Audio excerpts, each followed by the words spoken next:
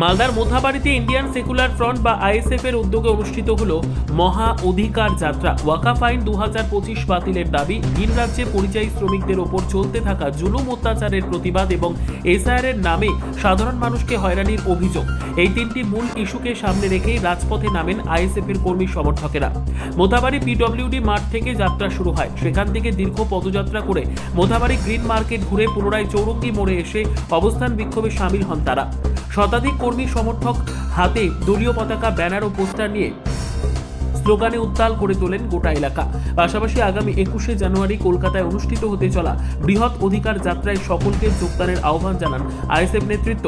উপস্থিত ছিলেন আইএসএফ জেলা সভাপতি আলী কালিমুল্লাহ, কালিয়াচক 2 ব্লক আইএসএফ সভাপতি আজিমুল আলী সহ মোথাবাড়ি অঞ্চল আইএসএফ সভাপতি কারিমুল্লাহ সহ আরও দলীয় নেতৃত্ব এদিন সামিল ছিলেন।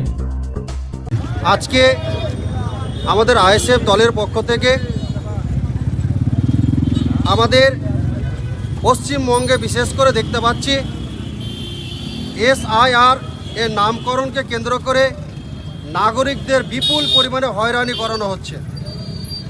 আমরা যেটুকু জানি 2002 সালে যে এসআইআর হয়েছে মানুষ কিছুই জানতে পারেনি। এখন 2025 সালে যে এসআইআরটা হতে যাচ্ছে তাতে মনে হচ্ছে ঢোল ঢাক বাজিয়ে এমন একটা সিচুয়েশন তৈরি করেছে, মানুষ ভয় আতঙ্ক হয়ে পড়েছে এবং বেশ কিছু মানুষ নিজেকে এই জগৎ থেকে ইহজগতে চলে গেছে। অতএব এই যে ইলেকশন কমিশনার এডিএস এর নামে ব্যাপক পরিমাণে মানুষের মধ্যে আতঙ্ক ছড়িয়েছে, এই আতঙ্কের নামে আমরা ধিক্কার জানাই। মানুষকে যেন শান্তভাবে তার অধিকার দেওয়া হোক। এডিএসকে যেভাবে চিহ্নিত করা হচ্ছিল সে ঠিক সেভাবে যেন চিহ্নিত করা হয় এবং আগামীতে যেন কোনো মানুষ হয়রানির সম্মুখীন না হয়। আজকে যাদেরকে নোটিশ দেওয়া হচ্ছে দেখা যাচ্ছে তারা মুম্বাই, কেউ হয়তো রাজস্থান কোথাও আছে, হঠাৎ তাদেরকে সেখান থেকে আসতে হচ্ছে, তাদেরকে হয়রানিতে পড়তে হচ্ছে।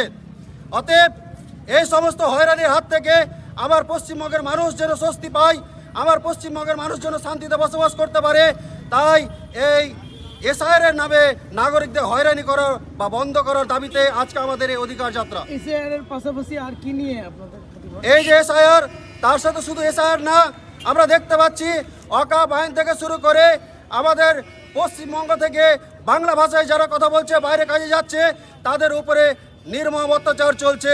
অর্থাৎ এক কথায় আমাদের বাঙালির উপরে যে অত্যাচার চলছে সে অত্যাচার যেন বন্ধ করা যায় এবং আমাদের পশ্চিমবঙ্গের মানুষ যেন শান্তিতে বসবাস করতে পারে, তার অধিকারের জন্য আজকে আমাদের এই রাজপথে নামা।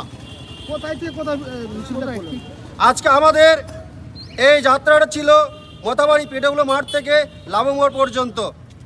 আপনার নাম? আমার নাম মোহাম্মদ আলী কালিমুল্লাহ, কি পদে আছে? আমি মালদা জেলা প্রেসিডেন্ট।